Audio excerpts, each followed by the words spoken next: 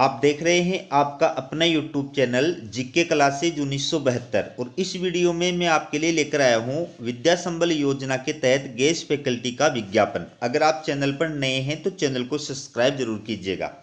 चलिए वीडियो की शुरुआत करते हैं। आप देखिए, कार्यालय प्राचार्य राजकीय महाविद्यालय बूंदी के द्वारा ये आज की डेट में विज्ञप्ति जारी की गई है।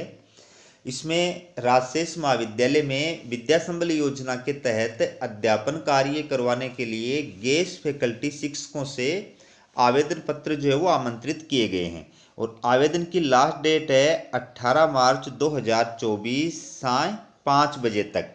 तो ये जो राजकीय महाविद्यालय है ये नोडल महाविद्यालय है और इस नोडल महाविद्यालय के अधीन ये दो राजशेष महाविद्यालय संचालित हैं।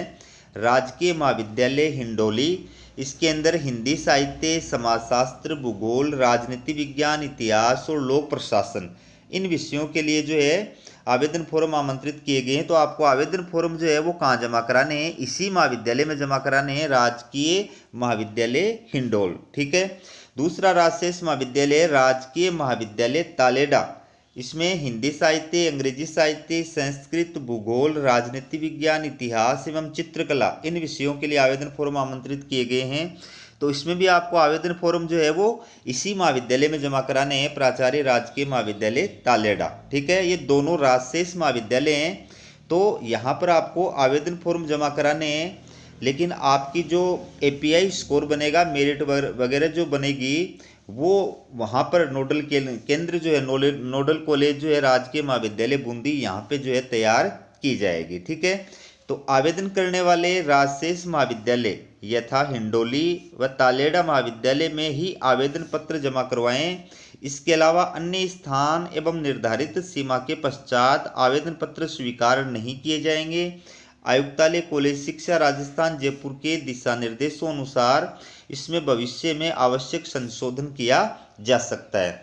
तो कोई भी ऐसा विद्यार्थी, ऐसा अभ्यर्थी जो नेट क्वालिफाइड है या सेट या स्लेट क्वालिफाइड है, वो इसमें आवेदन कर सकता है। बहुत सुनहरा मौका है सेट और नेट क्वालिफाइड जो अभ्यर्थी है उनके लिए, क्योंकि पहला जो राउंड है ज्वाइनिंग का वो निपट चुका है और पहले राउंड के अंदर जो भी पीएचडी क्वालिफाइड थे वो लगभग जो है सभी कॉलेजों के अंदर लग चुके हैं। तो इसलिए यहाँ पर आपका कंपटीशन जो है वो पीएचडी करने वालों से जहाँ तक मुझे लगता है वहाँ तक नहीं होगा। इसमें जो सेट, नेट या स्लेट उत्तीर्ण अभ्यर्थी हैं उनका भी आराम से नंबर आ सकता है। ठीक है।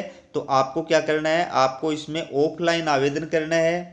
आवेदन फॉर्म का जो प्रारूप है वो चाहे तो आप ये नोडल महाविद्यालय जो है इसके जो है ऑफिशियल वेबसाइट से भी डाउनलोड कर सकते हैं। आप चाहे तो हमारा टेलीग्राम चैनल है जीके क्लासेज 1972, उसको सब्सक्राइब कीजिएगा। वहाँ पर पीडीएफ के रूप में आवेदन फॉर्म जो आपको उपलब्ध हो जाएगा। ठीक है।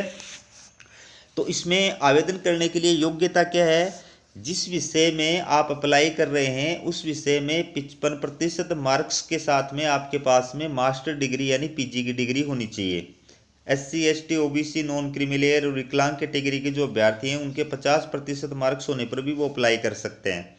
इसके साथ साथ में विश्वविद्यालय अनुदान आयोग या फिर सीएसआईआर के द्वारा आयोजित जो राष्ट्रीय पात्रता परीक्षा होती है नेट, वो आप क्वालिफाइड होने चाहिए, या फिर आप जो स्टेट पात्रता परीक्षा होती है सेट या स्लेट, वो आप क्वालिफाइड होने चाहिए। ठीक है। और या फिर आप यूजीसी रूल्स 2009 या 2016 के तहत या उसमें समय समय पर जो संशोधन किए जाते हैं यूजीसी रूल्स के अंदर, उसके अकॉर्डिंग जो मतलब योग्य अभ्यर्थी है उसके अकॉर्डिंग आपकी पीएचडी होनी चाहिए। ठीक है। इसमें आपका सिलेक्शन कैसे होगा? तो मैं आपको बता दूं कि इसमें न कोई आपकी एग्जाम होगी, न कोई आपका इंटरव्यू होगा। आपका डायरेक्ट सिलेक्शन किया जाएगा। आपके एपीआई स्कोर के आधार पर आपका जो इसमें सिलेक्शन किया जाएगा। एपीआई स्कोर कैसे तैयार किया जाता है उस पर मैंने वीडियो बना करके अपलोड कर रखा है। आप चाहें तो हमारे इस चैनल पर जो है एपीआई स्कोर का वीडियो देख सकते हैं और ये पता कर सकते हैं कि आपका अपना एपीआई स्कोर जो है वो कितना है। ठीक है। बात करें मानदेय की, तो इसके अंदर एक कालांश के आपको 800 रुपये जो है वो मानदेय प्रदान किया जाएगा। ठीक है। प्रति कालांश 800 रुपये। और इसमें यह शर्त है कि अधिकतम 14 साप्ताहिक घंटे, यानी एक सप्ताह के अंदर आप 14 कालांश से ज़्यादा नहीं ले सकते। और जैसे ही आपके 50 कालांश पूरे होते हैं, 50 वर्किंग डे पूरे होते हैं, आपको 40,000 रुपये मानदेय प्रदान किया जाएगा। आपको पता है कि यूजी फर्स्ट ईयर के अंदर जो सेकंड सेमेस्टर है, सिर्फ एक क्लास आपकी आएगी, सेकंड सेमेस्टर की क्लास आएगी, बाकी इसके अलावा और कोई क्लास नहीं आएगी। ठीक है।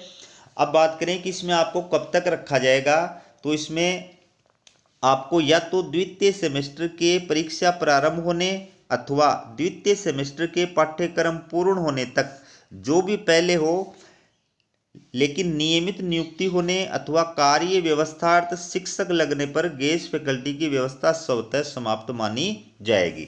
तो या तो सेकंड सेमेस्टर की परीक्षा प्रारंभ होने या फिर सेकंड सेमेस्टर का सिलेबस पूरा होने, दोनों में से जो भी काम पहले होगा आपको पद से हटा दिया जाएगा। और इसके अलावा अगर आप जिस कॉलेज में पढ़ा रहे हैं उस कॉलेज में आपके सब्जेक्ट में कोई परमानेंट फैकल्टी आ जाती है तो उसी दिन आपको पद मुक्त कर दिया जाएगा, या कोई भी फैकल्टी आपके सब्जेक्ट में डेपुटेशन पर आ जाती है तो भी आपको पद से हटा दिया जाएगा। ठीक है। अब इसके अंदर मैं आपको ये भी बता दूं कि आवेदन जो है आपको कैसे करना है। तो आवेदन फॉर्म के बारे में मैंने आपको बता दिया। उस आवेदन फॉर्म को फिलअप करना है, ऊपर जिस महाविद्यालय में आप अप्लाई कर रहे हैं उस महाविद्यालय का नाम लिखना है, राजशेष कॉलेज का नाम लिखना है और फिर फॉर्म को फिलअप करना है। उसके साथ में अपने सारे जो शैक्षणिक डॉक्यूमेंट्स हैं, जिसमें अंक तालिका यानी मार्कशीट वगैरह है, सर्टिफिकेट प्रमाण पत्र वगैरह है, डिग्री वगैरह है, उनकी सेल्फ अटेस्टेड फोटोकॉपी लगानी है। और पेपर अगर पब्लिश्ड करा रखा है तो पेपर पब्लिश्ड की सेल्फ अटेस्टेड फोटोकॉपी लगानी है। और अन्य कोई रिलेटेड डॉक्यूमेंट्स है तो उसकी सेल्फ अटेस्टेड फोटोकॉपी आपको लगानी है और उनको लिफाफे में डालना है। लिफाफे के ऊपर आपको लिखना है विद्या संबल योजना के तहत गेस्ट फैकल्टी के लिए आवेदन, और नीचे लिखना है विषय जिसके लिए आप अप्लाई कर रहे हैं। फिर दाएं साइड में आपको लिखना है श्रीमान प्राचार्य और इस नोडल कॉलेज का आपको नाम लिखना है जिस नोडल कॉलेज के द्वारा ये विज्ञापन जारी किया गया है। ठीक है। ये आपको एड्रेस लिखना है और बाएं साइड में आपको अपना एड्रेस लिखना है। और आप चाहें तो डाक के द्वारा भी भेज सकते हैं और आप चाहें तो बाई हैंड भी जाकर के जमा करा सकते हैं। ठीक है।